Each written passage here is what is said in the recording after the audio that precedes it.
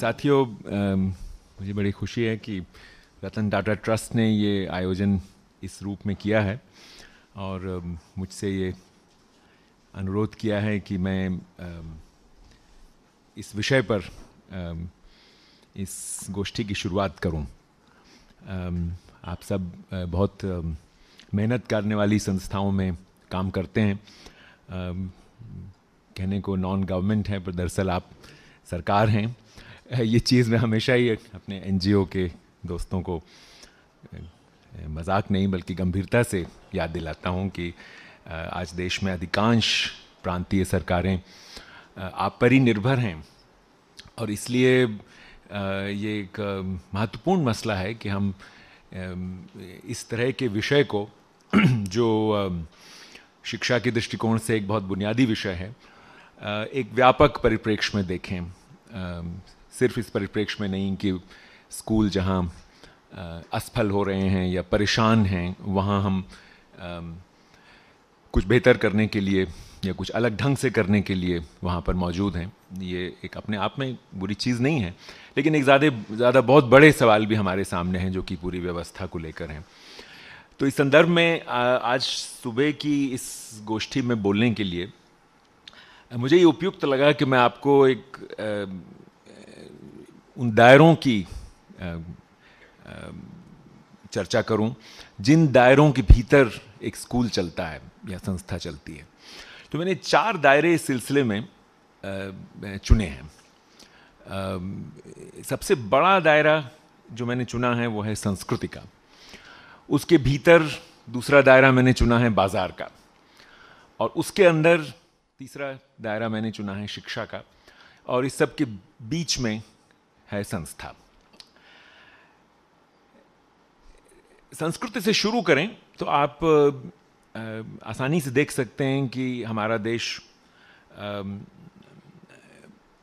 मूलतः ही नहीं, मुख्यतः भी आज जिस रूप में हमारे सामने है, एक मौखिक परंपरा वाला देश है। दैनिक जीवन में हम इसके अनुभव पाते हैं और साहित्य में, इतिहास में जिधर भी हम नज़र दौड़ाएं तो हम देख सकते हैं कि हमारे देश की वाचिक संस्कृति एक परंपरा ही नहीं है, एक बुनावट भी है।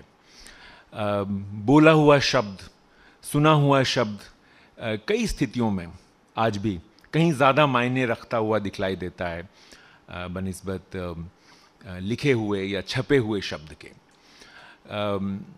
और बल्कि इसका उल्टा भी कह सकते हैं कि दरअसल लिखा हुआ शब्द हमें बहुत ज़्यादा कारगर नहीं दिखाई देता। अगर एक बच्चे के दृष्टिकोण से देखें तो बचपन से ही उनको ये समझ में आना शुरू हो जाता है कि जो कुछ लिखा हुआ है वो दरअसल बहुत गंभीर नहीं है। जैसे कई जगह लिखा रहता है यहाँ कूड़ा मत फेंकिए, और बच्चे देखते हैं कि वहीं कूड़ा पड़ा रहता है। यहाँ थूकना मना है, संदेश ही ये बताता है कि लिखने की नौबत आई है, तो जाहिर है कि कुछ समस्या है, और फिर भी लोग वहाँ थूकते हैं। यहाँ तक कि आप देखते होंगे कि जब भाषा एक तरह से कमज़ोर पड़ जाती है तभी व्यंग का जन्म होता है। साहित्य में ऐसा कहते भी हैं कि जब बात सीधे नहीं समझ में आती तो टेढ़े कही जाती है, पर जब टेढ़ी कही जाती है तब भी लिख के वो लगता है कि पहुँचती नहीं है। जैसे आपने देखा होगा कि कई जगह लिखा रहता है यहाँ पेशाब करना सख्त मना है, लोग करते हैं। उसके बाद फिर वक्रोक्ति या व्यंग की मदद से ऐसा संदेश लोग लिखते हैं कि देखो गधा पेशाब कर रहा है, और वहाँ पर भी एक आदमी दिखलाई देता है। तो जब बच्चों के दृष्टिकोण से अगर आप देखिए तो हमारा जीवन, सामाजिक जीवन, चाहे आप बड़े शहर में हों चाहे छोटे शहर में हों, लगातार ही लिखे हुए शब्द का निषेध करता हुआ दिखाई देता है, as if it doesn't matter what's written all there. जो कुछ हो रहा है वो ज़्यादा गहरे स्तर पर जब होता है तो वो वाचिक या मौखिक माध्यम से ही होता है। और बड़े होने पर आप सबके अनुभव इतने हो चुके होंगे कि आपको मालूम होगा कि आप चिट्ठियाँ लिखते हैं, कोई बात कहना चाहते हैं, लेकिन अंत में मिलकर ही बात पूरी होती है। और मामला ये सिर्फ सरकार का नहीं है, ये दैनिक जीवन का भी मामला है कि जब कहते भी लोग हैं मिल तो लें मिल लें, उससे आपकी एक साख बनती है, उससे हम देखते हैं कि चीज़ें आगे बढ़ती हैं। तो ऐसी स्थिति में जब हम बात करते हैं साक्षरता की या पढ़ने लिखने की और इन सबको शिक्षा के संदर्भ में महत्व देने की बात करते हैं, तो शुरुआत से ही हमें इस बात का संज्ञान होना चाहिए कि ये एक बहुत बड़ी एक सांस्कृतिक बल्कि सभ्यता के स्तर की एक न केवल चुनौती है बल्कि एक तरह की बहुत बड़ी एक कल्पना है, आप कह सकते हैं महत्वाकांक्षा है हमारी कि हम एक साक्षर संस्कृति का विकास कर सकें। अगर आप ऐतिहासिक दृष्टि से देखें तो आप कह सकते हैं कि ये मामला सिर्फ संक्रमण का नहीं है, जैसा कि कई बार कहते हैं भाई से ट्रांजिशन टू मॉडर्निटी या India is modernising and therefore its literacy is a major goal etcetera. ये सिर्फ संक्रमण का नहीं है या ट्रांजिशन का ही मामला होता तो इतना आसान नहीं था। ये मामला दरअसल एक तरह की संक्रांति है, एक बहुत एक बड़ा परिवर्तन है जिसमें ताकत का मामला है, जातियों के बीच ताकत का बंटवारा इससे प्रभावित होने जा रहा है, जिससे वर्गों के बीच में ताकत का बंटवारा प्रभावित होने जा रहा है, आदमी और औरत के बीच ताकत का बंटवारा प्रभावित होने जा रहा है, बच्चे और बड़े के बीच ताकत का बंटवारा इस संक्रांति से प्रभावित होने जा रहा है। यानी कि और इन सब के लिए कोई बहुत मुझे विस्तार में जाने की ज़रूरत नहीं है, आप सब लोग बहुत ही समाज के सबसे सक्रिय सदस्यों में से आपको अंदाज होगा कि इन बातों के पीछे कितने प्रमाण कितने आंकड़े देने की ज़रूरत है जो हमें बताते हैं कि साक्षर होकर हम आधुनिक व्यवस्था में जिस तरह ताकत का बंटवारा होता है उसमें ताकत के कुछ करीब पहुंच जाते हैं। और इसी आधार पर साक्षरता के संदर्भ में, कम से कम बड़ों की साक्षरता के संदर्भ में ये बात प्रमाणित हो चुकी है कि जिसको भी हम आधुनिक दुनिया कहते हैं, जिस भी अर्थ में कहते हैं, उसमें साक्षर बने बगैर या कि लिखित और पढ़े जाने वाले माध्यमों पर पूरा अधिकार किए बगैर आज की इस तथाकथित आधुनिक दुनिया में किसी भी तरह की ताकत का इस्तेमाल कर सकना या ताकत के बंटवारे को चुनौती दे सकना संभव नहीं है। और इसीलिए इतना महत्वपूर्ण विषय है ये, जिसको हम लिटरेसी का, साक्षरता का, पढ़ने का, इस सब नामों से जानते हैं, जिनकी चर्चा हम थोड़ी देर में करेंगे। तो इसका महत्व कितना अधिक है, यही बात मैं इस पहले दायरे को रेखांकित करके आपके सामने लाना चाहता था कि एक बहुत बड़ा, हमारी पुरानी, हजारों साल पुरानी सभ्यता की दृष्टि से एक बहुत ही बड़ा परिवर्तन है। इसलिए अगर इसमें कोई संस्था असफल हो रही है या सरकारें बहुत ज़्यादा नहीं कर पा रही हैं, या आप भी जब निकलते हैं तो आप देखते हैं कि ये कितना कठिन काम है, तो आप समझ सकते हैं कि ये क्यों कठिन है। और अगर इस कठिनाई में एक ज़्यादा गहरा तकनीकी पहलू भी जोड़ दें तो फिर ये और भी कठिन नज़र आने लगता है, समझ में आने लगता है कि हाँ, चुनौती है क्या। ये जो मैंने आपसे जिक्र किया कि कूड़ा यहाँ मत फेंको या कि यहाँ फूल तोड़ना मना है, इस तरह के संदेश क्यों विफल होते हैं, अगर आप इस पर विचार करें, और एक दार्शनिक दृष्टि से विचार करने की ज़रूरत नहीं है, सीधे सीधे अगर आप एक सामाजिक संदर्भ में विचार करें तो आप देखेंगे कि यहाँ विफलता कई स्तरों पर है। एक तो स्तर है कि ये संदेश जिसने लिखा है वो एक ताकतवर संस्था है, सरकार है, और उसके साथ हमारा वैसा रिश्ता नहीं है कि वो जो कहे हम इत्मीनान से मानते चलें। अगर ऐसा होता तो नागरिक शास्त्र इत्यादि की आवश्यकता ही ना होती। 100-125 साल से सरकार, जिसको भी अंग्रेज़ों के समय से अपनी जड़ें जमा रही है संस्कृति में, समाज में, लेकिन आज भी उसको देखकर एक तरह की दहशत, एक तरह का डर होता है। हमारे घर कोई सरकारी लिफाफा आता है जिस पे लिखा हो भारत शासन सेवार्थ, तो भले ही उसमें हमारे लिए कोई अच्छा संदेश हो, लेकिन खोलते समय थोड़ा डर भी लगता है कि पता नहीं क्या मांग लिया गया है हमसे, किस तरह की चिट्ठी है, क्या है।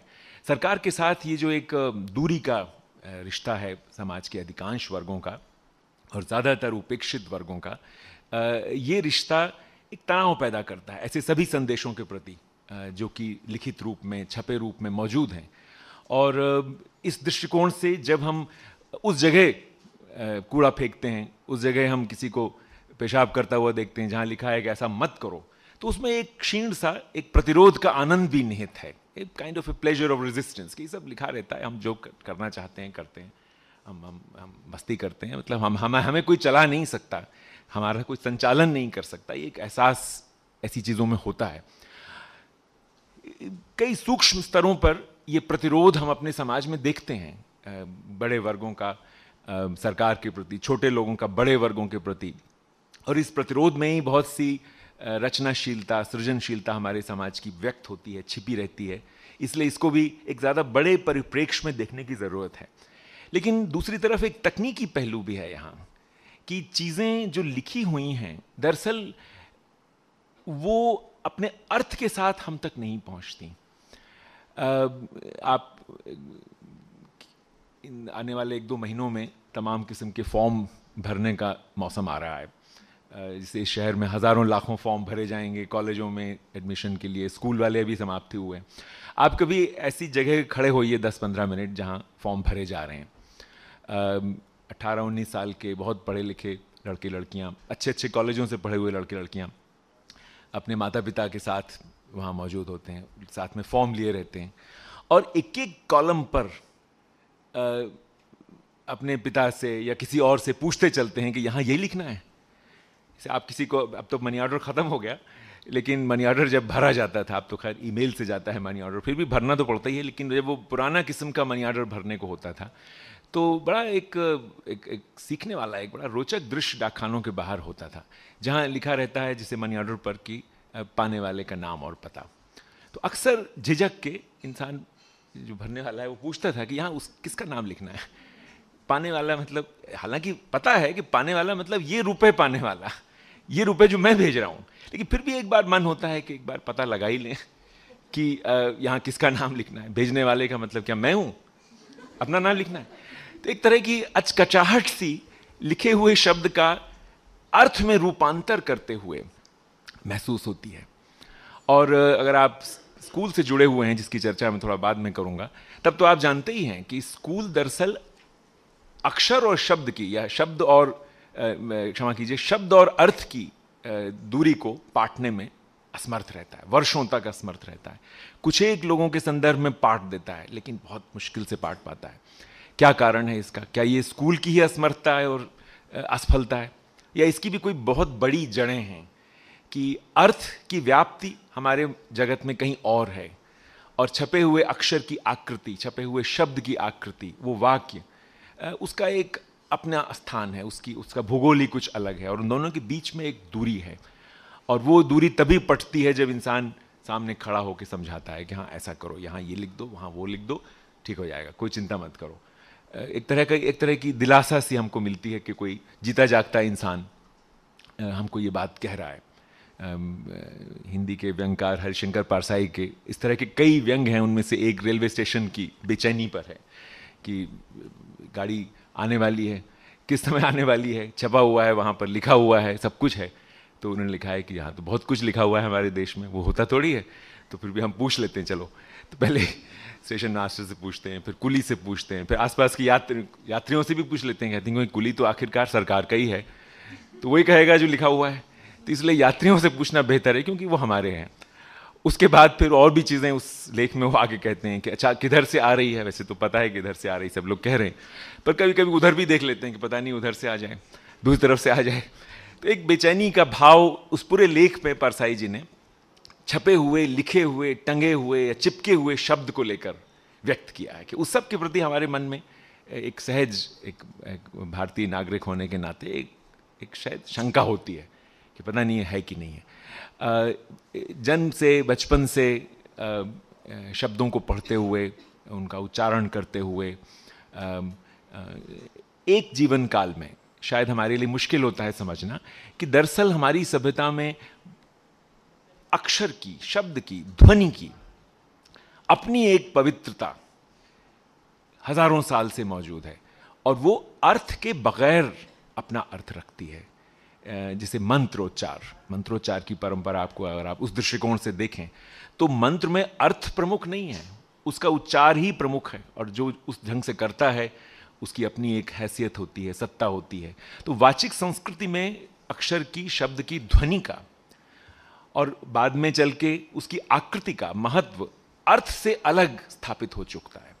और बच्चे हमारे जिस संसार में जीते हैं वो संसार भले ही हम कह सकते हैं कि हाँ एक तरह का संक्रमण काल का संसार है, लेकिन उसमें अभी भी वाचिक शब्द की या वाचिक संस्कृति की ये विशेषताएं अभी भी हावी हैं और महत्वपूर्ण हैं। कितने लोग हैं जो कि मरण के समय उच्चारित किए जाने वाले मंत्र या शादी के समय उच्चारण किए जाने वाले मंत्रों का अर्थ समझते हैं, या दिवाली होली इत्यादि पर जिस तरह की पूजा होती है। बच्चे हमारे देखते हैं कि हम कुछ बुदबुदाते रहते हैं, एक पंडित आता है बुदबुदा के चला जाता है, हम भी दोहरा लेते हैं और किसी को पता नहीं होता। तो जाहिर है कि बच्चे के मन में ये एहसास होता है कि अर्थ के अलावा भी शब्दों की अपनी एक दुनिया है और वो दुनिया अपने आप में महत्वपूर्ण है, और उस दुनिया को जानना या उस दुनिया का उच्चारण करना, उस दुनिया से जुड़ना बिना अर्थ के भी संभव है।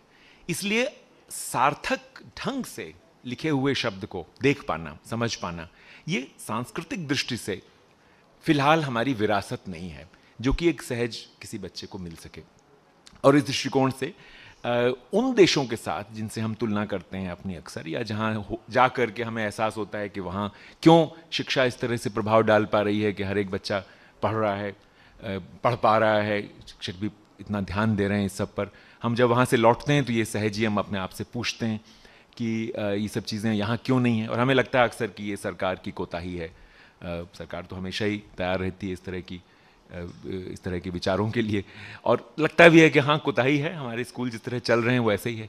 लेकिन इस संदर्भ में हमारा ध्यान इस पर जाना चाहिए कि वाचिक संस्कृति की दुनिया का हर एक सभ्यता के इतिहास में एक अलग अर्थ है, और पाश्चात्य संस्कृति के संदर्भ में भी उसका अर्थ था। लेकिन ऐतिहासिक दृष्टि से देखने पर समझ में आता है कि उसके धीरे धीरे पिघलने और उसके स्थान पर एक छपे हुए शब्द की साक्षर संस्कृति के विकास का एक बहुत भिन्न क्रम उन संस्कृतियों को जो हम पश्चिम की दुनिया में देखते हैं मिला है वो मौका। और इस दृष्टिकोण से हर एक संस्कृति को कुछ अलग ढंग से देखने की ज़रूरत है, इसके पहले कि हम समझें कि बच्चों में साक्षरता का क्या मायना हो सकता है, किस प्रकार उसको विकसित किया जा सकता है, और किस तरह उसके लिए एक ऐसी इस तरह की पद्धतियों का प्रयोग किया जा सकता है कि वो साक्षरता सिर्फ अक्षर या शब्द या उनकी आकृतियों या उनकी ध्वनियों से ही न जुड़ती हो, बल्कि अर्थ का विस्तार करती हो और अर्थ से जुड़ी हुई जो तमाम अन्य शैक्षिक बातें हैं, विशेषताएं हैं, उनकी ओर बढ़ाती हो। इसके 2 मिनट बाद आप देखेंगे जब हम लोग तीसरे दायरे में पहुंचेंगे तो ये विषय एक बार फिर से प्रासंगिक हो उठेगा। लेकिन आइए इस बीच में दूसरे दायरे पर विचार करें, बाजार का दायरा, जो कि आधुनिक समाज और संस्कृति के लिए एक बहुत महत्वपूर्ण दायरा है। और खासकर जब हम बात कर रहे हैं बच्चों में पढ़ने की क्षमता विकसित करने की, तो एक बहुत ही महत्वपूर्ण दायरा है।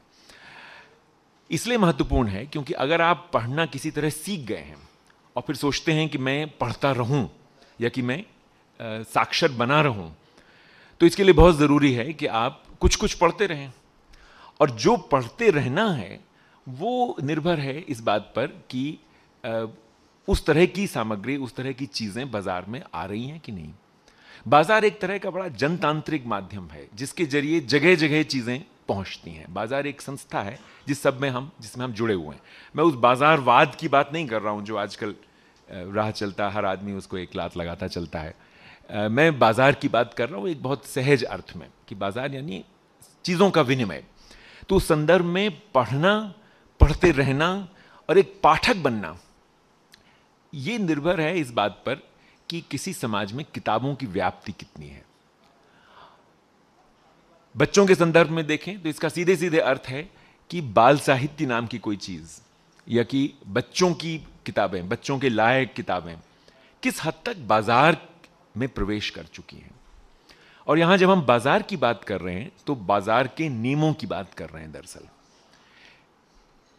और यहीं हमारे सामने एक पूरी दुनिया खड़ी होती है जिस पर हमें जरूर विचार करना चाहिए कि बाल साहित्य, पढ़ने की सामग्री, इस सब के संदर्भ में बाजार का क्या अर्थ है।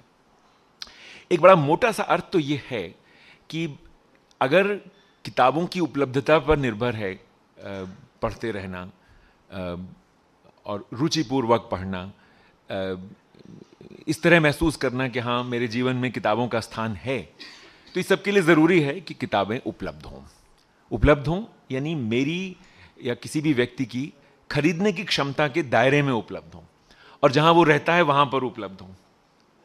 और इसका आशय यह है कि किताबें इतनी मात्रा में छप रही हों, इतनी मात्रा में लिखी जा रही हों, उनका उत्पादन हो रहा हो कि वो बाजार के दायरे में एक ऐसी कीमत पा सकें जो ऐसा हर एक व्यक्ति चुका सकता हो जो पढ़ना चाहता है। और अगर आपकी कल्पना एक ऐसे समाज की है जहां हर एक व्यक्ति साक्षर हो चुका हो और साक्षर होकर साक्षर बना रहने की उसमें इच्छा पैदा हो चुकी हो, यानी कि ऐसा समाज आपकी दृष्टि में अगर बनने जा रहा है या आप बनाना चाहते हैं जहां हर एक नागरिक पाठक होगा, चाहे वो आदमी होगा, औरत होगा, गरीब होगा, अमीर होगा, लेकिन पाठक भी होगा, तो फिर आपको ऐसे बाजार की कल्पना करनी होगी जो इतने बड़े और विविध समाज में हर पाठक के पास किताब पहुंचाने की, और वो एक उपहार के रूप में नहीं, इस तरह पहुंचाने की कि वो व्यक्ति किताब चुन करके खरीद सके। एक ऐसे बाजार की भी आपको कल्पना ऐसे आदर्श समाज की रचना के सिलसिले में ही करनी होगी। जब इस दृष्टिकोण से आप इस पूरे विषय को देखते हैं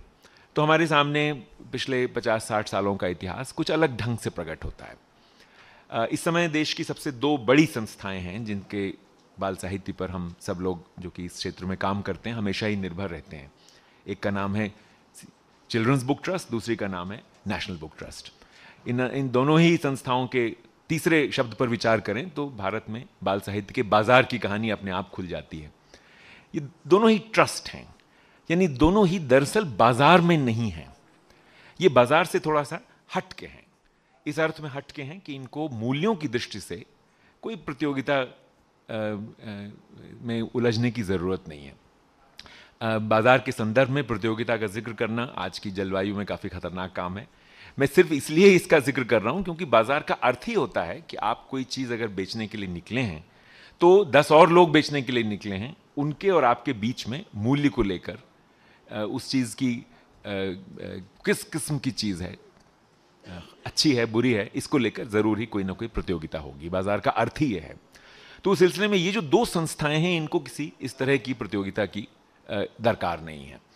एक संस्था के पास एक बहुत बड़ी राशि है जो कि पंडित नेहरू से लेकर के बहुत बड़े बड़े लोगों ने उसको दी है, children's book trust. Pandit Nehru उसके सबसे पहले दाताओं में से एक थे, और नेशनल बुक ट्रस्ट तो सीधे सीधे सरकार की संस्था है। तो ये दो संस्थाएं सस्ते दामों पर बच्चों की किताबें छाप सकती हैं। इनको ये स्वतंत्रता है एक तरह से, पर इस स्वतंत्रता का एक दूसरा अर्थ भी है। बहुत अच्छी बात है कि वो सस्ते दामों पे छाप सकती हैं, पर अगर आप बाजार की दृष्टि से देखें और उस कल्पना में अभी रहें कि हम एक ऐसा भारत बनाना चाहते हैं जहां हर इंसान पाठक हो और जहां पर पाठक को किताबें मिलती हों, पहुंचती हों इत्यादि, हर एक जगह पहुंचती हों, चाहे वो गांव हो, कस्बा हो, शहर हो इत्यादि, तो फिर आप देखेंगे कि ये जो स्वतंत्रता है इन दो संस्थाओं को, नेशनल बुक ट्रस्ट और चिल्ड्रंस बुक ट्रस्ट को, यही स्वतंत्रता उनके रास्ते में एक बाधा भी है। जब कोई संस्था इतनी स्वतंत्र होती है कि उसको प्रतियोगिता नहीं करनी, तो फिर उसको फर्क नहीं पड़ता कि उसकी किताबें बिक रही हैं कि नहीं, या कहीं पहुंच रही हैं कि नहीं पहुंच रही। जैसे आप इसी शहर में अगर मान लीजिए मैं आपसे कहूं कि भाई मृणाल मित्र की छुक छुक रेलगाड़ी बहुत अच्छी किताब है, इस वर्कशॉप में आप अगर बाहर से आएँ कम से कम उसको लेते जाइएगा, तो आप समझिए कि मैंने आपके ऊपर बहुत बड़ा बोझ डाल दिया। किताब तो मुश्किल से वो 8-9 रुपए की है, लेकिन उसको खरीदते खरीदते आपके 100 रुपए जरूर खर्च हो जाएंगे, क्योंकि नेशनल बुक ट्रस्ट की किताबें इस राष्ट्रीय राजधानी में भी 1-2 जगहों पर ही मिलती हैं। एक जो उनका सबसे बड़ा कार्यालय है एक तो वहाँ, जो कि काफ़ी दूर है, यहाँ से भी कितना दूर है मुझे अंदाज नहीं है, दूर से आशय वसंत कुंज में वो है, अब किसी बड़े राजमार्ग पे भी नहीं है, और अन्य स्थानों पर बहुत कम शीर्षक उनके दिखाई देते हैं। उनमें कोई ऐसी रुचि नहीं है जैसे कि टाटा या में हो कि भाई हमारा साबुन हर जगह पहुँचे, हमारा साबुन जो है वो कक्कड़ जो नुक्कड़ का स्टोर है हमारी विश्वविद्यालय में वहाँ भी मिले। ऐसी कोई रुचि नेशनल बुक ट्रस्ट में नहीं है। जिसको खरीदना होगा आएगा देखेगा। सरकारी संस्था होने के नाते उसमें ये चूंकि स्वतंत्रता है, इसलिए प्रतियोगिता में शामिल होने की भी इच्छा नहीं है। भले ही उनकी किताबें बहुत सस्ती हैं, लेकिन उनको बेचने की, पहुंचाने की कोई जल्दी नहीं है। पहुंच गई तो पहुंच गई, लोग अपने आप आएंगे, नहीं पहुंची तो नहीं पहुंची। और यही स्थिति चिल्ड्रंस बुक ट्रस्ट की है कि आपको एक दायरे से जुड़ना पड़ेगा। अगर आप उस दायरे में हैं तो शायद आपको वो किताब मिल जाएगी। और इसलिए सरकार के माध्यम से ही प्रायः, या आप जैसी संस्थाओं के माध्यम से ही प्रायः बाल साहित्य पहुंच पाता है कहीं, और वो भी काफ़ी मुश्किल से पहुंच पाता है। मैंने भी एक छोटा मोटा एनजीओ चलाने का प्रयास किया था। मैंने देखा कि हम ही लोग एकमात्र ऐसे रह गए थे झंडा बरदार कि हमारे शहर में हमें हमारे ही जरिए किताब पहुंचती है, वरना किसी और को फुर्सत नहीं है। हमारा शहर 400-500 साल से चल रहा है, अगले 400-500 साल चल सकता है बगैर कोई बाल साहित्य वहाँ बिके हुए। तो अगर ये छोटा सा एनजीओ ना होता तो वहाँ कोई प्रकाशक, कोई पुस्तक विक्रेता बाल साहित्य नहीं बेचता। इससे थोड़ा सा अगर आप दाएं बाएं चलने की कोशिश करें तो आप देखेंगे कि पिछले 50 वर्षों में बाजार के दृष्टिकोण से बाल साहित्य के विकास में एक बहुत बड़ा अवरोध कम से कम 50, 60, 70 के दशक तक, यहाँ तक कि 80 के दशक तक ये बात रही कि बहुत सस्ते दामों पर सोवियत संघ में छपी हुई किताबें उपलब्ध रहती थीं। प्रगति प्रकाशन मॉस्को, सोवियत संघ स्वयं इस तरह के विचार का एक बहुत बड़ा प्रतीक था आज़ादी के बाद कि सस्ते दामों पर किताबें बिकनी चाहिए। और उनकी विदेश नीति के तहत ये संभव था कि खासकर मित्र राष्ट्रों में, अन्यथा तीसरी दुनिया के सामान्य देशों में उनकी बड़ी संख्या में किताबें बिकें।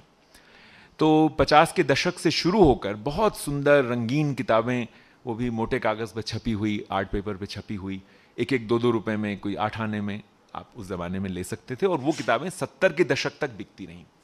अगर आप किसी हिंदी के प्रकाशक से बात करें कि भाई आपने इस क्षेत्र में प्रवेश क्यों नहीं किया, तो आपको बड़ी आसानी से वो ये समझाएगा, अगर वो आज कोई 60-70 साल का आदमी है, कि अब ये संभव ही नहीं था कि हम उन किताबों से प्रतियोगिता कर सकें। क्योंकि अगर हम वैसी किताबें छापते तो हमारी किताब पड़ती 50 रुपए की और उनकी किताब है 5 रुपए की या 2 रुपए की, तो हम कर ही नहीं सकते उस तरह की प्रतियोगिता। तो 30-40 साल तो ऐसा लगा जैसे कि भारत को अंग्रेज़ों से स्वतंत्रता मिल गई हो, लेकिन हमें प्रगति प्रकाशन मॉस्को से स्वतंत्र होने की कोई ज़रूरत नहीं है। हमारे बच्चों को किताबें पहुँच रही हैं, ठीक है, लेकिन वो तो जब भगवान की कह लीजिए मर्जी हुई या इस तरह की संस्थाएं धीरे धीरे अपने आप ही विखंडित होने लगीं, सोवियत संघ का विगलन शुरू हो गया। 80 के दशक तक आते आते इतना पैसा ही नहीं बचा वहाँ कि वो हिंदी में कुछ पैसा निवेश कर सकें, तो एकाएक वो किताबें हट गईं और अब लगा कि अरे अब हमारे बच्चों का क्या होगा। बहुत सी किताबें, उन दिनों मुझे याद है जब गोर्बाचोव ने सोवियत संघ को एक अंत में तोड़ डाला, तो बहुत से लोग उन किताबों को ढूंढते हुए दिल्ली शहर में घूमते थे कि एक प्रति हम रख लें अपने पास। कुछ अपने बचपन की भी याद थी, कुछ किताब भी इतनी सुंदर थी कि अब ये कभी नहीं मिलेगी, और ये सच है कि वो किताबें अब फिर कभी नहीं मिलेंगी। बहुत सी किताबें जो मेरी पीढ़ी के लोगों ने बचपन में पढ़ी, वो तो अब हम लोगों को सपनों में ही याद आती हैं। हाँ, गधा नहीं है वह लड़का है, विद्या उसका नाम है, बात करो कितनी ही धीमी सुनता लंबे कान है। इस तरह की कविताएं हमको उन किताबों से याद करने को, जो हम लोग बच्चे थे, तो मिलती थीं, और तरह तरह की उसमें पहेलियाँ चीज़ें तमाम होती थीं। अभी भी मैं देखता हूँ कई बार एकलव्य के हमारे साथी या अन्य लोग उन किताबों में से कुछ कुछ लेके छोटा छोटा छापते रहते हैं। इस समय जो नई पाठ्य पुस्तकें छपी हैं उनमें से भी कुछ बहुत सी छोटी छोटी चीज़ें, कुछ कार्टून कथाएं, कुछ इस तरह की चीज़ें अभी भी निकल रही हैं। लेकिन अगर आप बाजार की दृष्टि से सोच रहे हैं तो आपको इस इतिहास को एक नए सिरे से देखना होगा कि एक काफ़ी बड़ी समस्या है कि हमारे जैसे देश में अगर बाल साहित्य का ऐसा बाजार विकसित होना है जहाँ पर जो प्रकाशक है बाल साहित्य का, उसको ये ज़रूरत हो कि वो हर बच्चे तक पहुँचे, तो ऐसे बाल साहित्य के विकास में या ऐसे बाजार के विकास में एक सीमा से अधिक सरकार मदद नहीं कर सकती। मेरे कार्यकाल में एनसीईआरटी में ये बहस लगातार चली कि हम कितना कम मूल्य रख सकते हैं, क्योंकि हमारी संस्था के पास उस तरह की सुविधा नहीं थी कि हम पूरी तरह से मूल्य एकदम घटा दें, और खासकर इस दशक में कई संस्थाओं के सामने ये संभव नहीं रह गया है। तो ये कई बार प्रश्न उठता था कि हम ऐसी कीमत किस तरह रखें कि जो बहुत ज़्यादा भी ना हो और जो सरकारी नियमों के अंतर्गत संभव हो। प्रकाशन विभाग के सामने इस तरह के सवाल आज पैदा हो रहे हैं, और ये सवाल बढ़ते चले जाएंगे, क्योंकि बाज़ार अब हमारे बीच में एक ऐसा मूल्य बन चुका है, बन के उभर रहा है, जिसमें बहुत ज़्यादा हम सरकार पे निर्भर नहीं रह सकते। इस समय जो संस्थाएं बाज़ार का विकास कर रही हैं, जैसे कि मैं समझता हूँ 2 सबसे महत्वपूर्ण संस्थाएं शायद, एक तो तुलिका और एक एकलव्य, जो कि बड़े पैमाने पर बाल साहित्य छाप के एक बाज़ार का विकास कर रही हैं, एक स्वस्थ बाज़ार का विकास, जो कि शोषण पर आधारित ना हो, लेकिन जो कीमतों की दृष्टि से प्रतियोगी हो, और जिसके भीतर बहुत सी संभावना इस बात की हो कि हाँ, कुछ चीज़ें हैं जो कि हम बहुत सस्ती बेचेंगे क्योंकि वो बड़ी महत्वपूर्ण है, हर तक पहुंचनी चाहिए, कुछ हम थोड़ी बहुत ज़्यादा कीमत रखेंगे, लोगों को लगे कि हाँ, इसको हम तभी पढ़ पाएंगे जब हम कुछ पैसा खर्च करें।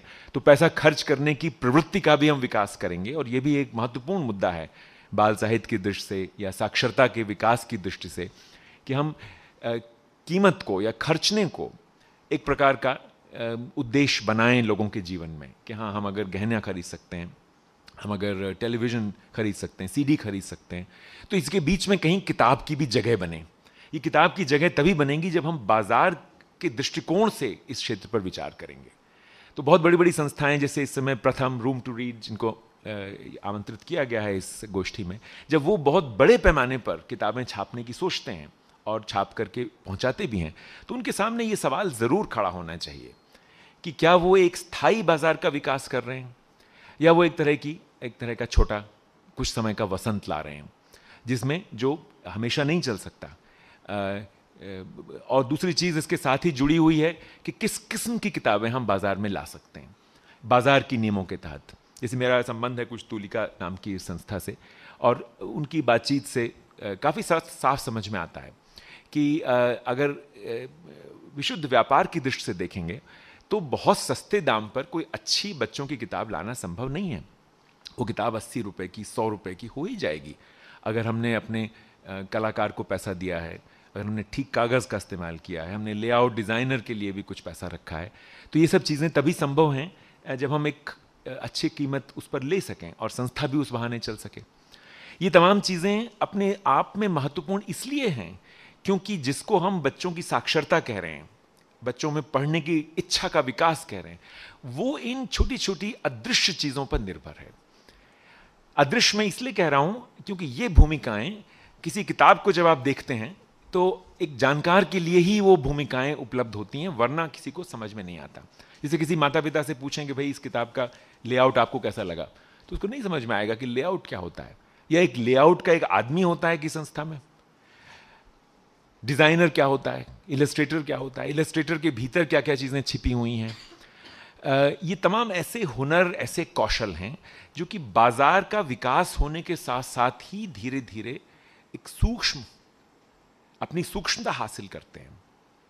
जब हम पश्चिमी देशों से अपनी तुलना करते हैं या वहाँ से बहुत सी किताबें आती हुई देखते हैं, जोरबाग में या खान मार्केट में, ऐसी जगहों पर, कनॉट प्लेस में देखते हैं कि बहुत सुंदर किताबें छपी हुई हैं और बिक रही हैं, और उनकी कीमतें हम देखते हैं, किसी की 5 पाउंड है, किसी की 10 पाउंड है। तो हमारे सामने ये पूरा दृश्य खुलता नहीं है कि अगर हम चाहते हैं कि अच्छी किताब हम कोई लिखते हैं तो उसके लिए कोई अच्छा चित्रकार भी मिले, तो समाज में ये संभव होना चाहिए एक आदमी के लिए कि वो बच्चों की किताबों के लिए चित्र बनाकर अपनी आजीविका कमा सके, और आजीविका भी इस तरह से कमा सके कि वो लगातार संघर्ष ही ना करता रहे। यही स्थिति लेखक की है। जैसे कि आप अगर देखें कि चिल्ड्रंस बुक ट्रस्ट जैसी संस्था भी अभी तक लेखक को ना कॉपीराइट देती है ना रॉयल्टी देती है, और हिंदी में तो अधिकांश प्रकाशकों की यही स्थिति है कि अगर कोई युवा व्यक्ति एक लेखक के रूप में बाल साहित्य में ही रहना चाहता है तो उसके लिए बाजार आज का बहुत ही एक विषम बाजार है। उसका कोई अर्थ ही नहीं है, एक तरह से आप कह सकते हैं। वो एक प्रकार से कुछ ही दिनों में उसको प्रेमचंद और निराला की याद आने लगेगी कि जैसे वो भूखों मरे थे वैसा ही मेरा जीवन होने जा रहा है। तो अंत में उसको एक कोई ना कोई निर्णय लेना पड़ेगा कि ये एक पार्ट टाइम का किस्म का काम हो सकता है, इसको मैं बहुत गंभीरता से नहीं ले सकता। चित्रकारों की स्थिति और भी ज़्यादा बुरी है कि बाल साहित्य के लिए चित्र बनाकर कोई व्यक्ति गुजारा नहीं कर सकता। इसलिए जब हम देखते हैं कि आज अच्छी से अच्छी ये जो बड़ी बड़ी संस्थाएं हैं या छोटी संस्थाएं हैं, इनके द्वारा छपी हुई पुस्तकों में चित्र बहुत ही कमज़ोर दिखलाई देते हैं, या भौंडे दिखाई देते हैं, या कैलेंडरों से मिलते जुलते दिखाई देते हैं, या इंटरनेट और टेलीविज़न पर जो इमेजेस आती हैं उनसे मिलते जुलते दिखाई देते हैं। हम देखते हैं कि कोई बहुत मौलिकता नहीं दिखाई देती। तो केवल चित्रकारों को दोषी ठहराना उचित नहीं है। हमें सोचना चाहिए कि दरअसल बाजार का इतना विकास ही नहीं हो पाया है कि इस किस्म का कौशल विकसित करने का अरमान किसी युवा में पैदा हो और वो 40-50 की उम्र तक आते आते एक सिद्धहस्त बढ़िया चित्रकार बन जाए। सरकारी संस्थाएं किसी हद तक ही इस कमी को दूर कर सकती हैं, जहाँ पर कि एक व्यक्ति हमेशा के लिए नियुक्त हो जाता है कि तुम बैठ के चित्र बनाओ, और चित्र बनाता रहता है। वो 1-2 व्यक्ति ऐसा कर सकते हैं, और आप इन सभी संस्थाओं में जाइए तो आपको 2-2, 4-4 नाम इस तरह के मिल जाएंगे कि उनकी वजह से वो चित्र बहुत अच्छे बने। जैसे कि शंकर की जो कहानियाँ होती थी चिल्ड्रंस बुक ट्रस्ट में, उनके चित्र पुलक विश्वास बनाते थे और वो स्थायी रूप से बनाते थे, वही बनाते थे। जगदीश जोशी वहाँ के चित्रकार थे, उनका जीवन उसी में निकल गया। लेकिन इस तरह से बाल साहित्य का बाजार विकसित नहीं हो सकता। इसी तरह का मामला और भी अगर सूक्ष्म कौशलों की ओर इशारा करते हुए निकल जाएं तो इसी तरह का मामला संपादन का है। अधिकांश लोग संपादन को कोई महत्व नहीं देते। देश में जितने बड़े बड़े प्रांतों में पाठ्य पुस्तक निगम बने हुए हैं, कुछ कुछ बाल साहित्य भी छापते हैं, उनमें संपादक का पद ही नहीं है। और वो लोग जब एनसीईआरटी आते थे तो वहाँ बैठा हुआ मैं देखता था कि वो बड़े एक तरह से कुछ हैरान होते थे, जिसको कहते हैं ना, मुदित होते थे। फिर इस संस्था में 16 पद हैं संपादकों के, हालांकि उनको पता नहीं था कि 11 खाली पड़े हैं। बाकी से हमारा काम चल रहा है, कितनी मुश्किल से काम चल रहा है।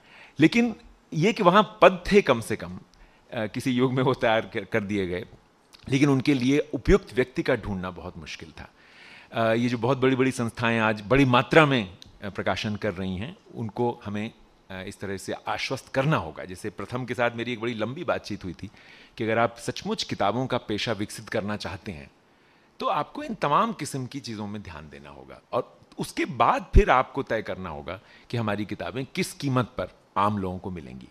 राजीव गांधी फाउंडेशन हो, चाहे इस किस्म की जो और संस्थाएं आज काम कर रही हैं जो कि किसी हद तक इसमें निवेश करना चाहती हैं, उनके साथ भी इस तरह का रिश्ता बनाने की ज़रूरत होगी। और रतन टाटा ट्रस्ट जो कि अपने पोर्टफोलियो में इस विचार को शामिल कर चुका है कि हमको बाल साहित्य में अच्छे चित्रकार विकसित करने हैं, और उसके लिए कहाँ उनकी ट्रेनिंग होगी, कहाँ वो काम करेंगे, ये तमाम चीज़ें भी ट्रस्ट को सोचनी है। और बड़े ये गंभीर सवाल हैं, जैसे कि अब दिल्ली कॉलेज ऑफ आर्ट्स एक बहुत बड़ी संस्था है, लेकिन वहाँ अलग से बाल साहित्य में चित्र बनाने के लिए कोई कोर्स नहीं है। जब आप ढूंढने निकलते हैं चित्रकारों को तो आपको ऐसे ही लोग मिलते हैं जो वैसे अपने कुछ और चित्र बनाते हैं, लेकिन आप चूँकि आपके मित्र हैं, सहेली हैं आपकी, चलो भाई तुम्हारे लिए बना देते हैं कुछ, तो आपका काम चल जाता है। आप सोचते हैं हाँ मेरी किताब निकल गई। पर बाजार का विकास इस दृष्टिकोण से नहीं होगा। और इस पूरे दायरे में मैं कहना आपसे यही चाहता था कि ये मसला एक ज़्यादा बड़ा आर्थिक संबंधों का मसला है, और इसकी अगर दूरगामी आप दृष्टि से इसको देख रहे हैं कि हर बच्चे के हाथ में किताबें पहुंचेंगी, और एक किताब नहीं, किताबें पहुंचती रहेंगी, और अगर उसने 4-5 साल की उम्र में पढ़ना सीख लिया है तो 16-17 साल की उम्र तक उसके पास लगातार किताबें पहुंचती रहेंगी, जो पाठ्य पुस्तकें नहीं होंगी, रोचक किताबें होंगी, उनको पढ़ने की उसमें इच्छा होगी। तो आप समझिए कि आप बात कर रहे हैं लाखों किताबों की, सैकड़ों प्रकाशकों की, और शायद हजारों लेखकों और चित्रकारों की। इतनी बड़ी संख्या में हमको ऐसी संस्थाओं का विकास करना होगा जिन संस्थाओं से ऐसे लोग निकल सकें जो कि इस तरह के कौशलों को पेशेवर रूप में अपनाते हों। तो इस तरह की एक छोटी मोटी शुरुआत इधर के वर्षों में हुई है। मुझे मालूम है कि एकलव्य ने टाटा ट्रस्ट के सहयोग से ऐसी एक संगोष्ठी आयोजित की थी। केरल सरकार ने भी एक संस्था खोली है इस तरह के विषयों पर विचार करने के लिए, जो इस महीने ही मिल रही है। लेकिन ये एक दूरगामी मसला है, और इसमें हम सब लोगों को ऐसी संस्थाओं के साथ सहयोग करना चाहिए, उनसे सीखना भी चाहिए कि वो आज इस मुद्दे पर कहाँ हैं। आइए अब तीसरे और चौथे दायरे में चलें, क्योंकि फिर ये समय बहुत हो रहा है। तीसरा दायरा है शिक्षा का। किसी समाज में शिक्षा किन उद्देश्यों के लिए काम करती है, लोग शिक्षा से क्या अपेक्षाएं रखते हैं, ये मसले बहुत महत्वपूर्ण हैं अगर हम बच्चों में पढ़ने की क्षमता को एक स्थायी महत्व देना चाहते हैं। क्या पढ़ने की क्षमता और इससे जुड़ी हुई अन्य अभिवृत्तियां या वृत्तियां, क्या ये शिक्षा की आम संकल्पना में शामिल हो पाई हैं? बहुत महत्वपूर्ण सवाल है ये कि हम एक शिक्षित इंसान से, शिक्षित व्यक्ति से क्या अपेक्षाएं रखते हैं।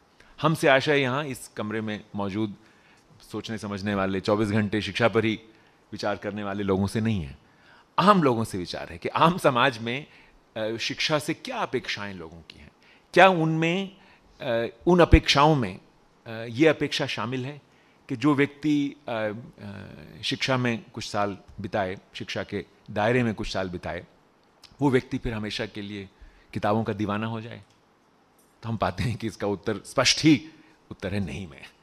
अगर वो ऐसा होता तो जाहिर है कि किताबों का मार्केट बहुत बड़ा होता, और ये बाजार संबंधी समस्याएं जो मैंने आपसे अभी थोड़ी देर पहले आपके सामने रखी, संस्कृति संबंधी जो मैंने बातें रखी, वो होती ही नहीं अगर शिक्षा के संदर्भ में ये बात मानी हुई होती कि एक शिक्षित व्यक्ति से ये अपेक्षा होती है कि वो किताबें पढ़ता रहे, और फिर किताबें पढ़ने की उसमें अपने आप इच्छा होती रहे, और किताबों पर चर्चाओं का एक संसार शिक्षा बनाए, तो ये सारी समस्याएं किसी हद तक पैदा ही नहीं होती।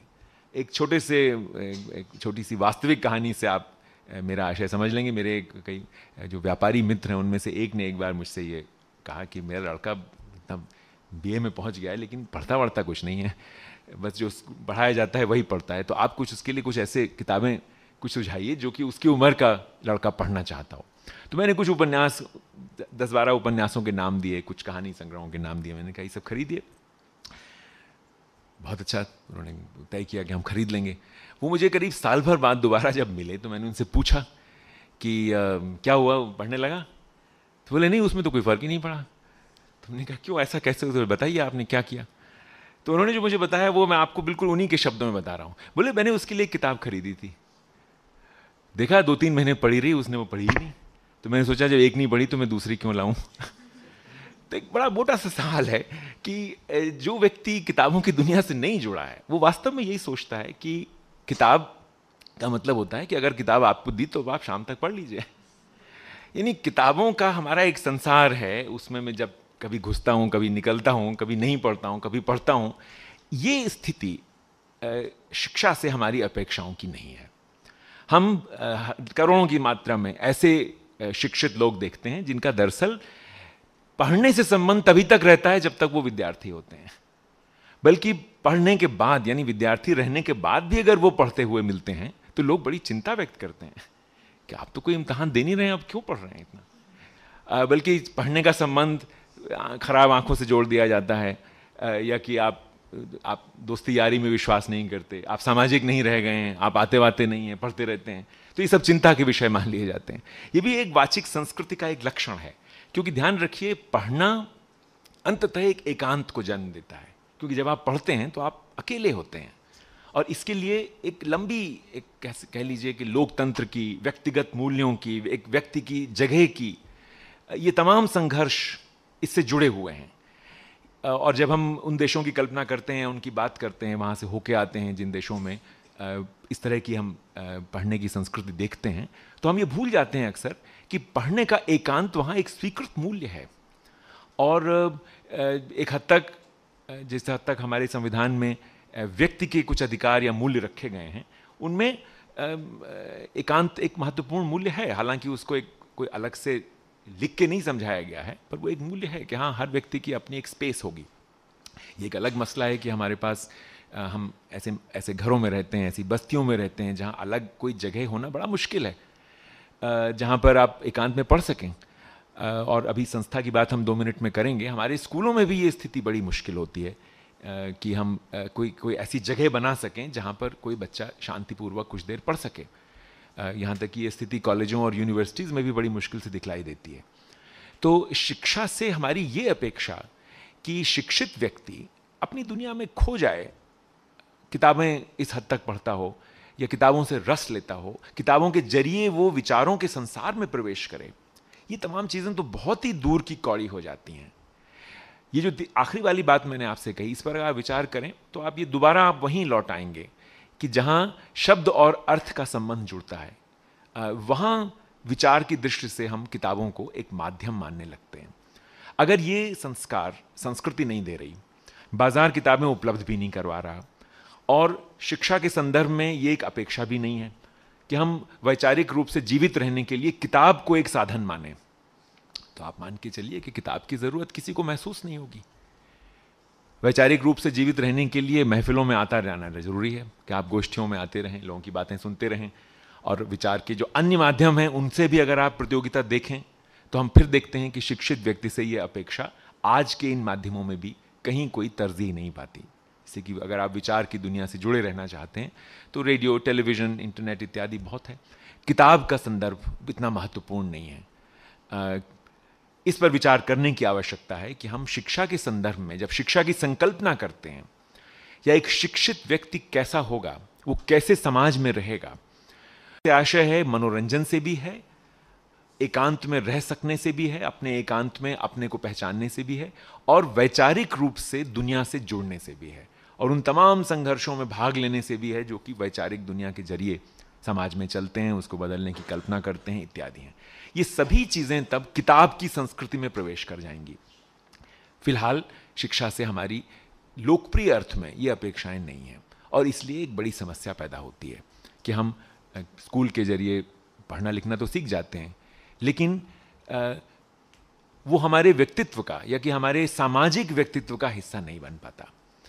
और ये मामला सिर्फ स्कूल की असफलता का नहीं है, इसीलिए मैंने इतनी लंबी भूमिका देने के बाद अब चौथे दायरे में प्रवेश करने का मन बनाया है। वो चौथा दायरा है संस्था का, जहाँ रह के उन तमाम सपनों पर, उन अरमानों पर हम लोग काम करते हैं, विचार करते हैं कि कैसे उनको पूरा किया जाए। स्कूल नाम की संस्था या उससे जुड़ी हुई अन्य संस्थाएं।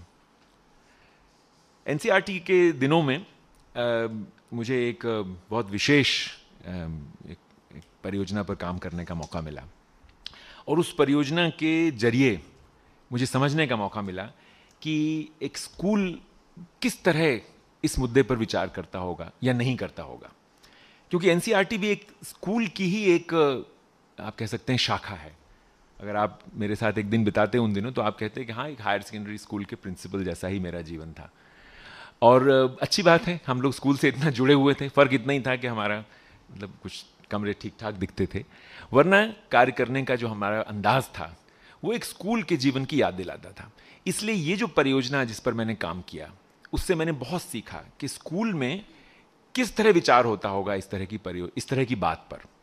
ये वो परियोजना है जिससे हमारी सहयोगी मंजुला जी आज आई हैं, और इनके नेतृत्व में ही ये परियोजना शुरू हुई थी, जिसका नाम था रीडिंग सेल, जिसका विचार ये था कि पढ़ने को एक विषय जैसा महत्व दिया जाएगा। जब ये नेशनल करिकुलम फ्रेमवर्क 2005 स्वीकृत हुआ, तो उसके बाद से ही ये विचार चला कि इस समय जो स्कूल की पूरी दैनंदिनी है, उसमें पढ़ने के लिए कैसे जगह निकाली जाए। क्योंकि उसमें जो अध्याय था विषयों के बारे में, वहाँ पर एक बाकायदे एक बहुत लंबा हिस्सा है नेशनल करिकुलम फ्रेमवर्क में जो कि रीडिंग के बारे में है। तो अब रीडिंग के लिए किसी स्कूल में जाइए कि आपके यहाँ रीडिंग की कोई घंटी होती है, तो वो आपकी तरफ देखने लगेंगे, यहाँ तो घंटी भी नहीं बजती, आप रीडिंग की बात कर रहे हैं। वो कहेंगे कि हाँ, हम थोड़ा बहुत अगर कहीं पढ़ते हैं तो वो हिंदी की घंटी में पढ़ते हैं या कि अंग्रेज़ी के पीरियड में पढ़ते हैं। तो एक अजीब सी बात उनको लगेगी कि आप रीडिंग इस तरह बोल रहे हैं जैसे कोई विषय हो। अगर आप उन देशों में जाएं जिनकी कल्पना करते करते हम लोग तमाम ये चीज़ें करते रहते हैं, और उन देशों से ही बहुत सा अनुदान हमारी अपनी संस्थाओं में आ रहा है, तो इसलिए उनकी विचार करना बड़ा ज़रूरी है कि ब्रिटेन के एक स्कूल में या अमेरिका के एक स्कूल में, रूस के एक स्कूल में क्या होता है। तो अगर आप उनके प्राइमरी स्कूल के टाइम टेबल पर विचार करें तो आप अनिवार्य रूप से पाएंगे कि उसमें रीडिंग के लिए अलग से जगह होगी। तो हम लोगों ने जब इस पर विचार किया कि हम क्या एनसीईआरटी ऐसा कुछ सोच सकती है कि वो स्कूलों को प्रोत्साहित करे कि रीडिंग नाम की चीज़ के लिए कुछ समय हो, कुछ जगह हो। तो उस सिलसिले में ये रीडिंग सेल बना और सर्व शिक्षा अभियान ने इसको तय किया कि हम इसको पैसा देंगे। तो इस सिलसिले में हम लोग आगे बढ़े और हम लोगों के सामने कई नई नई चुनौतियां पैदा हुई। सबसे पहली चुनौती यही थी कि इस सेल को क्या हम हिंदी में कुछ पुकार सकते हैं? क्या रीडिंग सेल को हिंदी में कह सकते हैं? तो ये रीडिंग क्या है? मुझे उस दिन की बहस याद है जिसमें आप सब लोग मौजूद थे, हमारे बहुत से साथी आए हुए थे कि सर रीडिंग के लिए क्या हिंदी में शब्द होगा। तो बड़ा रोचक ये प्रसंग था और अपने आप में एक शोध का विषय है, क्योंकि हम जिस शब्द का प्रयोग हिंदी में करते हैं पढ़ना, उसका फल होता है पढ़ाई।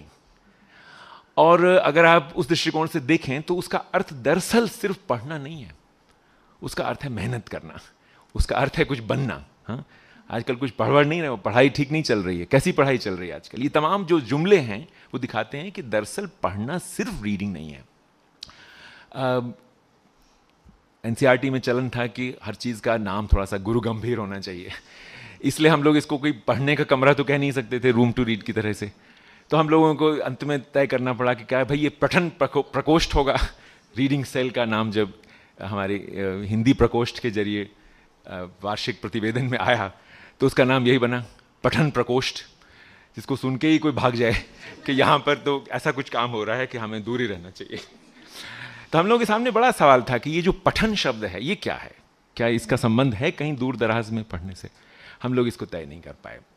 हमने देखा कि ये सब चीज़ें एक सांस्कृतिक समस्या की ओर इशारा कराती थीं कि हमारी भाषा में दरअसल पढ़ने को आनंद का स्रोत बनाने की, मज़ा लेने के लिए पढ़ना, मनोरंजन के लिए पढ़ना, विचारों के लिए पढ़ना, उन सब चीज़ों से जोड़ने का कोई इंतज़ाम हमारी ज़ुबान में अभी नहीं हुआ था। और ज़ुबान में इंतज़ाम तभी होता है जब वो किसी स्तर पर जीवन में होने लगता है। तो हम लोगों को लगा कि हमें रीडिंग सेल को रीडिंग सेल ही कहते रहना पड़ेगा, भले ही हमारी रिपोर्ट में उसका जो नाम हो। हम लोग ये सोचते रहे कि क्या कोई नारा हम बना सकते हैं जिससे हमारी बात समझ में आए लोगों को।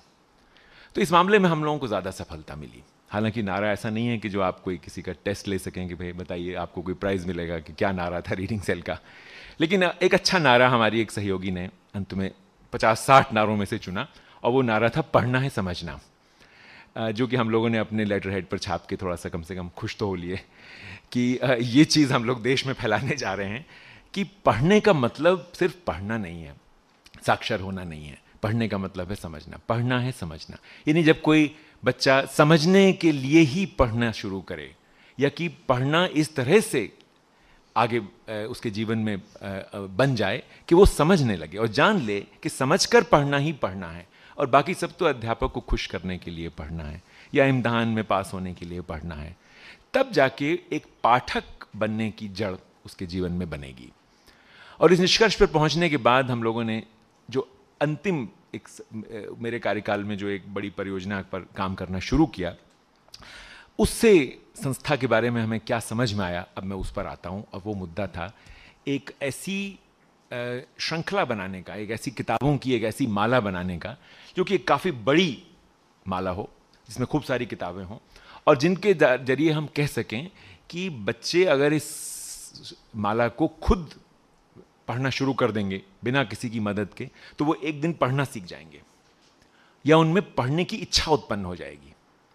इस तरह की कई बनी बनाई मालाएं अंग्रेज़ी में, चीनी में, रूसी में, इन भाषाओं में मिलती हैं, लेकिन हिंदी में और भारत में हम लोगों ने देखा कि ऐसी एक भी पुस्तक माला नहीं थी जिसको कहा जा सके कि हाँ ये एक तरह की ग्रेडेड सीरीज़ है। बरखा नाम की एक 40 पुस्तकों की एक ग्रेडेड रीडिंग सीरीज़ एनसीईआरटी ने रीडिंग सेल की ओर से प्रकाशित की, जिसमें हर एक किताब 10 रुपये की थी। आप अलग से भी खरीद सकते थे, लेकिन ये अन्य किताबों से जुड़ी हुई भी थी। और इसमें कोशिश ये की गई थी कि ये कोई बहुत रूढ़ भी ना हो कि इसमें जो ग्रेडेड शब्द से प्रकट होता है कि बिल्कुल शब्दावली पर इतना कंट्रोल हो, इतना ज़्यादा नियंत्रण हो कि वो जो पुराने ढंग की किताबें होती थीं कि अब घर चल गड़बड़ मत कर इत्यादि वाली वो शैली भी ना आ जाए।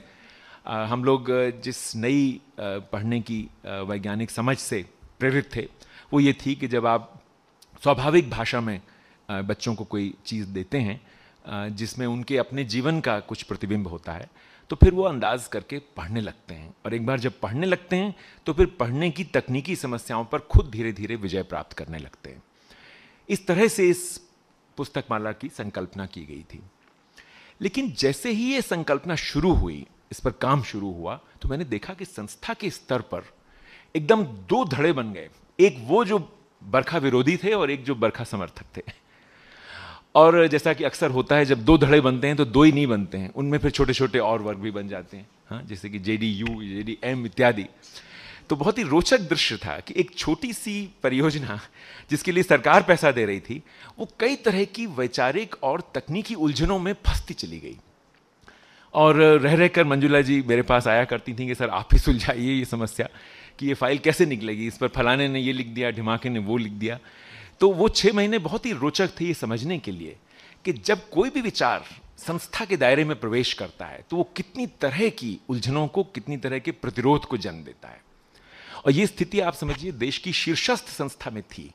तो आप समझ सकते हैं कि जब स्कूल के दायरे में आप जैसा NGO पहुंचता है ये कहते हुए कि हम बच्चों को ऐसी किताबें पढ़ने के लिए प्रेरित करने वाले हैं जो पाठ्य पुस्तकें नहीं हैं, जिन पर कोई परीक्षा नहीं ली जाएगी, जिनसे बच्चों के भविष्य का उस तरह से कोई संबंध नहीं है जिस तरह से पाठ्य पुस्तकों का होता है, तो आप कितनी बड़ी उलझन पैदा कर रहे होते हैं पूरी व्यवस्था में, अध्यापकों में, प्राचार्य में, माता पिताओं में। वो उलझन हम लोगों ने इस परियोजना को अंजाम देते हुए महसूस की। कई प्रश्न एक के बाद एक आए। जैसे कि एक प्रश्न था कि ये पुस्तक माला क्या शैक्षिक होगी या साहित्यिक होगी। ऐसा लगता था कि जैसे वो लोग जो शैक्षिक मत के हैं उनकी दृष्टि में हर एक कहानी का कोई ना कोई संदेश होना चाहिए, या कम से कम कहानी ऐसी होनी चाहिए जिससे बच्चे को कोई गलत संदेश ना मिले। और जब हमने पता लगाया कि भाई गलत संदेश क्या होते हैं, जैसे एक कहानी में कांच का गिलास टूट जाता है, तो ये भी लगा लोगों को कि ये गलत संदेश है। कांच के गिलास का काम है बना रहना, टूटना नहीं चाहिए। हमारे घर में तो कभी नहीं टूटता है, और अगर टूट जाए तो उसमें से कोई भी चीज़ जो है वो इस तरह से बिखरने नहीं दी जाती है। इस सीरीज़ में एक कहानी है जिसमें जब वो कांच बिखरता है तो जाहिर है कि माता पिता बाकी लोग तो चिंतित होते हैं कि जहाँ पर ये बिखरा है वहाँ पर मत आओ, कांच लग जाएगा। लेकिन जो बच्चे हैं इस कहानी में, वो उससे जो पानी या शरबत निकला है उसी से फर्श पर आकृतियाँ बनाने लगते हैं, कोई नक्शा सा बनाने लगते हैं उसको फैला करके। तो ऐसा लगा कि जैसे एक राष्ट्रीय संकट एनसीईआरटी में पैदा हो गया कि इतना एक गलत संदेश हम इस पुस्तक के जरिए देंगे तो कहाँ बच्चे क्या सीखेंगे। एक कहानी है उसमें जिसमें एक लड़की सबकी नज़रों से आंख चुरा करके चुपचाप अपने स्कूल के कंपाउंड में उगा हुआ आम तोड़ के लाती है और चुपचाप एकांत में बैठ के खा लेती है और किसी को पता ही नहीं लगता। उस कहानी को लेकर के भी उसकी नैतिकता पर ज़बरदस्त प्रश्न चिन्ह लगे। वो तो गनीमत है कि ये मामला संसद में नहीं उठा कि हम लोग बच्चों को चोरी करना सिखा रहे हैं इत्यादि। लेकिन उस पूरी परियोजना के जरिए मैंने समझा कि बाल साहित्य का बाजार, बाल साहित्य की व्याप्ति हमारी शिक्षा व्यवस्था में, ये प्रश्न कितनी और प्रश्नों से जुड़े हुए हैं। जैसे कि हम देखते हैं कि अब एकलव्य के साथ मेरा संवाद अक्सर होता ही रहता है इस मसले पर, तुलिका के साथ भी होता रहता है कि हम अपने, अगर आप आम बाल साहित्य पर गौर करें जो कि उपलब्ध होता है, तो उसमें प्रायः एक तरह की प्रगल्भता पाते हैं। कुछ एक तरह का, एक प्रगल्भता से आशय होता है कि जितना कहना है उससे थोड़ा सा ज़्यादा कह देना। और बच्चों के साथ ऐसा लगता है कि हमारे अच्छे अच्छे लेखक भी जब बात करते हैं तो कुछ ना कुछ भावुक हो जाते हैं। और हमारा बहुत सा बाल साहित्य दरअसल बाल साहित्य नहीं है, वो बच्चों के बारे में साहित्य है या कि बचपन के बारे में साहित्य है। बहुत सा साहित्य पश्चिमी दुनिया में भी ऐसा ही है, लेकिन हमारे यहाँ तो उसकी मात्रा बहुत ही अधिक है कि हम जब बचपन को याद करते हैं तो भाव विभोर हो जाते हैं और फिर हम उसी तरह की तुकें, उस तरह के अंदाज में कविता, उस तरह के अंदाज में कहानी, उस तरह के अंदाज में बड़ी तोतली सी भाषा वाली बातें करने लगते हैं जिसमें बच्चे प्यार की बातें कर रहे हैं, अच्छी अच्छी बातें कर रहे हैं, हर एक चीज़ बड़ी मिठासपूर्ण लगती है, तो कोई बहुत ज़्यादा शक्कर मिल जाती है। और बाल साहित्य में अक्सर हम देखते हैं कि ये स्थिति है। यहाँ तक कि कार्टून कथाओं में भी ये स्थिति है, जो कि वरना एक ऐसी विधा होनी चाहिए जिसमें इस सब के लिए कोई बहुत ज़्यादा गुंजाइश ना हो। लेकिन स्वर्गीय आनंद पै ने इस तरह से उस क्षेत्र को विकसित किया कि वो पूरा का पूरा नैतिक शिक्षा का क्षेत्र ही बन गया। ये जो अमर चित्र कथा एक बहुत बड़ी घटना है भारत के सांस्कृतिक इतिहास में, राजनीतिक इतिहास की भी घटना है। उसमें सैकड़ों की तादाद में चित्रकथाएं ऐसी आईं जो सीधे सीधे हमारे देश के जो बहुत बड़े बड़े मिथक हैं या कि इस तरह की जो स्थायी लोक सामग्री है उससे जुड़ी हुई थी। तो उनमें अनिवार्य रूप से नैतिक शिक्षा का बड़ा महत्वपूर्ण स्थान था। पर नैतिक शिक्षा अपने आप में बहुत अच्छी चीज़ है। प्रश्न ये उठता है कि क्या बाल साहित्य नाम की चीज़ का विकास इसकी एक बूंद से होगा या इसका एक पूरा लोटा डालना होगा? कितनी मात्रा में नैतिक शिक्षा बाल साहित्य का अंग बने? हम लोगों ने नन्हा राजकुमार एनसीईआरटी ने भी प्रकाशित की, बहुत अच्छी किताब है, सब लोग जानते हैं। पर क्या ये एक बाल साहित्य है ये, या ये एक बड़ों का व्यंग्य साहित्य है ये, जिसको लेकर हम अपेक्षा करते हैं कि शायद इसको बच्चे भी पढ़ेंगे और कुछ पढ़ भी लेते हैं। ये सही है, कई बच्चे पढ़ लेते हैं, इसमें कोई शक नहीं। पर हमें तय करना होगा कि बाल साहित्य किसे कहें और उसको लिखने का मन किस तरह से बनाएं। बरखा सीरीज को लेकर जिस तरह की बहसें अंत तक होती रहीं, और जैसा आप जानते हैं जब भी कोई काम सरकार में होता है तो एक पक्ष लगातार प्रतिपक्ष की भूमिका निभाता है, दूसरा ट्रेजरी बेंच में शामिल हो जाता है। तो जो प्रतिपक्ष था वो कोशिश करता रहा अंत तक कि ये छपने ना पाए, या छपे तो कुछ गड़बड़ छप जाए। फिलहाल हमने देखा कि वास्तव में प्रतिपक्ष के पास भी बड़े मजबूत तर्क थे कि इन किताबों को पढ़ने से बच्चों को क्या मिलेगा, और हम लोगों का तर्क था कुछ मिले ना मिले कम से कम पढ़ना तो सीख जाएंगे। पढ़ना फिर क्यों सीखें वो, अगर इसको पढ़ करके वो अच्छे बच्चे नहीं बनते हैं, आदर्श भारतीय नागरिक नहीं बनते हैं, तो पढ़ने का क्या फ़ायदा है? कई लोग बड़े सीधे सीधे ये सवाल पूछते थे और आज भी पूछते हैं, और उनका सवाल भी आप एकदम दरकिनार नहीं कर सकते, क्योंकि वो सवाल शिक्षा और शिक्षा की संस्थाओं से हमारी अपेक्षाओं को निर्धारित करने वाला एक बहुत बड़ा सामाजिक सवाल है। और उस सवाल से जूझने की प्रक्रिया में आपको इस पूरे प्रसंग से जूझना होगा जिसको आज आप अर्ली लिटरेसी का नाम दे रहे हैं। कोई भी आप शब्द इस्तेमाल करें, उसके साथ एक पूरा आपके पास एक बोझा साथ में आता है। हम लोगों ने रीडिंग शब्द इस्तेमाल किया, चलते चलाते अंत में वो अर्ली लिटरेसी शब्द इस्तेमाल हुआ, जो कि इस परियोजना का भी नाम है जिसके संदर्भ में आप यहाँ इकट्ठे हुए हैं। ऐसा नहीं है कि इसके साथ कोई बैगेज नहीं है, इसका भी बैगेज है। फर्क यही है कि ये बैगेज आयातित है, इसलिए इसमें कुछ कम विवाद चल रहे हैं। अर्ली लिटरेसी शब्द का पहली बार व्यवहार अमेरिका में हुआ और महत्वपूर्ण अवधारणा के रूप में इसके विकास में पिछले 20-25 सालों में कई लोगों ने सहयोग दिया, ये सोच करके कि बचपन में विकसित होने वाली साक्षरता की कुछ विशिष्ट बातों को यहाँ हम रेखांकित करेंगे। और एक शोध के रूप में एक बहुत अच्छा एक विषय यहाँ से निकला। हमारे संदर्भ में जब हम लिटरेसी की बात कर रहे हैं तो दिक्कत यह है कि लिटरेसी शब्द के साथ एक और ही विरासत जुड़ी हुई है। वो जुड़ी हुई है प्रौढ़ साक्षरता की, जिसमें विरासत सबसे बड़ी प्रौढ़ में है। ये प्रौढ़ कौन होता है जिसको साक्षर बनाने की ज़रूरत है? इस मुद्दे पर आप विचार करेंगे तो नैतिकता का एक नया ही आपके सामने सीमांत उभरेगा। प्रौढ़ वो होता है जो कि निरक्षर होने के कारण शोषित हुआ, कुछ इस तरह की मानसिकता उस वाले विचार में है। जबकि हमने फ्रेरे से तमाम लोगों से सीखा कि कोई निरक्षर होने के कारण शोषित नहीं होता, बल्कि शोषित होने के कारण निरक्षर रह जाता है। लेकिन प्रौढ़ साक्षरता पूरा कार्यक्रम ही इस प्रकार से बहुत लंबे समय से चलता रहा है कि लिटरेसी को एक तरह से मान लिया गया है कि ये उन संदेशों के फैलाव का माध्यम बन सकती है जिनके जरिए परिवर्तन हो सकता है। तो उसके चलते लिटरेसी शब्द के साथ एक तो प्रौढ़ की छवि जुड़ गई है, और प्रौढ़ में जब महिला की छवि जुड़ जाती है तो आप समझ सकते हैं कि फिर तो सिखाने की इच्छा एकदम जी खोल के पैदा होती है कि औरतों को और कुछ नहीं तो सिखा दो कम से कम कि कैसे जीना है। तो बहुत सारी किताबें प्रौढ़ शिक्षा निर्देशालय छापता रहता है कि महिलाओं को संदेश देने की। बच्चों को लेकर के भी जब कभी ऐसी बात होती है तो सिखाने की इच्छा अविलंब रूप से जन्म ले लेती है।